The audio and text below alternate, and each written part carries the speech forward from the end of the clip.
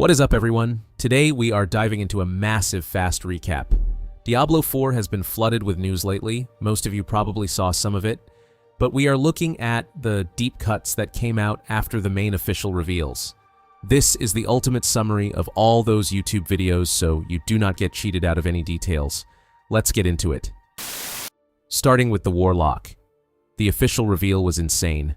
It is a total spell-casting circus with so many rotations and variations. If you missed my deep dive, check out the previous video. The bottom line is that the Warlock is going to dominate the first season of the expansion.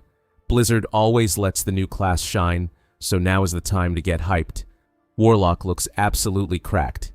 After the official Warlock reveal, all the Diablo partner creators got the green light to show off their gameplay from the secret testing in Irvine last year. If you want to see every spell and build in detail, I will leave links in the description. Personally, I love the breakdowns from MicrobioBoy. He goes deep into the numbers and calculations.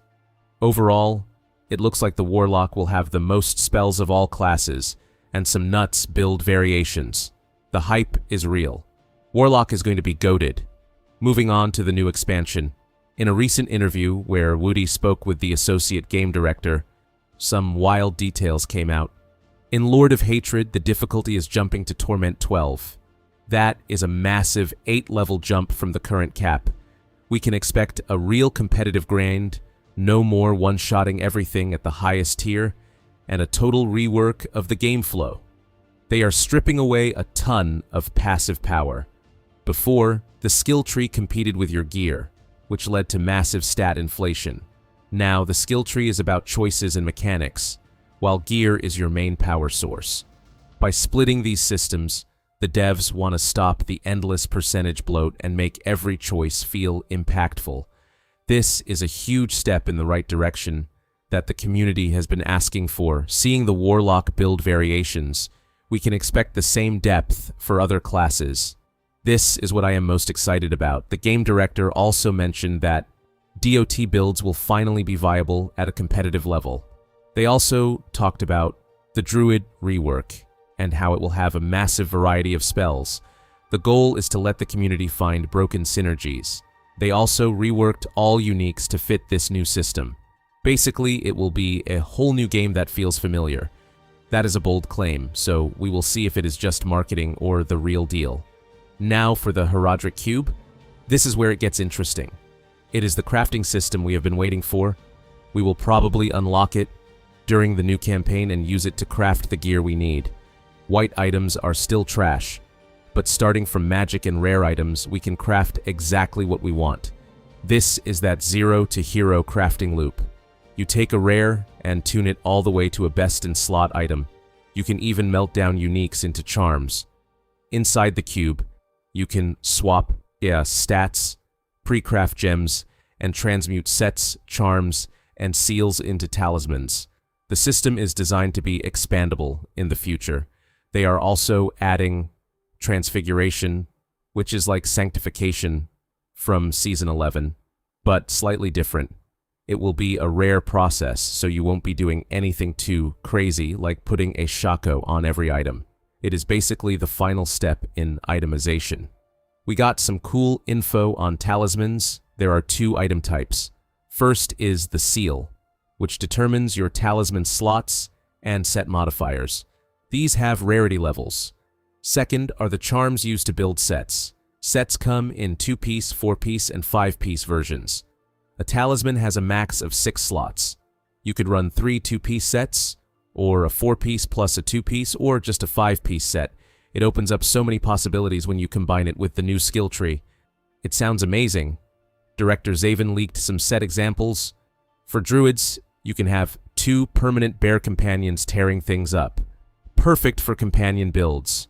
For rogues, you can have shadow clones that cast ultimates with you, or clones that randomly fire off marksman abilities from your bar.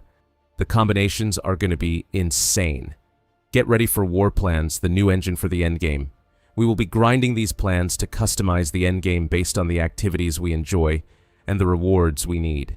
If you need gear upgrades and want Obdusite, you can choose activities that drop more of it.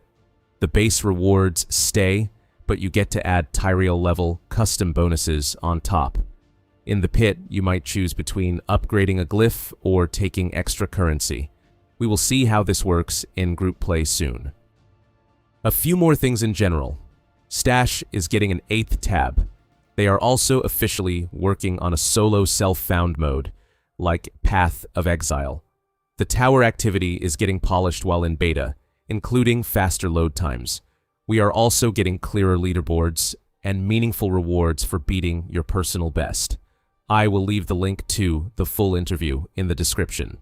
As for Season 12, launching Wednesday, March 11th, here is the breakdown. We will look at Rob's new tier list for the meta builds, the fastest farm methods, and the Torment 5 difficulty. It is the Season of the Butcher. The guy with the cleaver yelling fresh meat is taking over. The new Killstreak and Blood Rage mechanics have 5 tiers. The faster you clear, the higher your tier. High kill streaks give you a chance for bloodied items and bloodied keys, for nightmare dungeons, lair bosses, and hordes. These are at Torment 5, which is around Pit Tier 90, so it is a real competitive challenge. In Helltides, portals to the Butcher's Den will pop up. It is a short, high-intensity dungeon ending, with the Echo of the Butcher. Defeating him gives you a 30-minute buff to use his iconic meat hook as an extra ability to pull and stun elites. In the Fields of Hatred, you can use a seasonal item to turn into the Butcher's avatar for 2 minutes. You get massive HP, unique attacks, and other players see you as a boss on the map. They are also adding a permanent Butcher boss in a new arena under Kurast. We are also finally getting a loot filter and auto salvage. Easy Season 12, let's go. The meta for XP farming this season will be hordes and bloodied hordes. That is the best way to blast through Paragon. But honestly, any activity where you can keep your kill streak rank high will work. The Battle Pass is Doom Dark Aegis themed. You can get Doom-inspired cosmetics for every class. You can basically turn your barb into a Doomslayer with energy swords. It is a nice fun break before the expansion drops. We have the new tier lists from Rob and Maxroll. Paladin is looking strong with the Captain America and Oradin builds. I will link the spreadsheet in the description.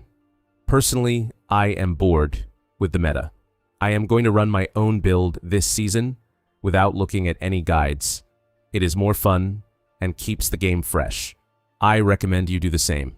If you are burned out, try building your own thing. It will be enough for Endgame, and I can always make a push build for the pit later. That is it for today. Thanks for watching this summary. For those who don't like the AI format, I am sorry, but this is the best way to get you the most relevant info in the shortest time.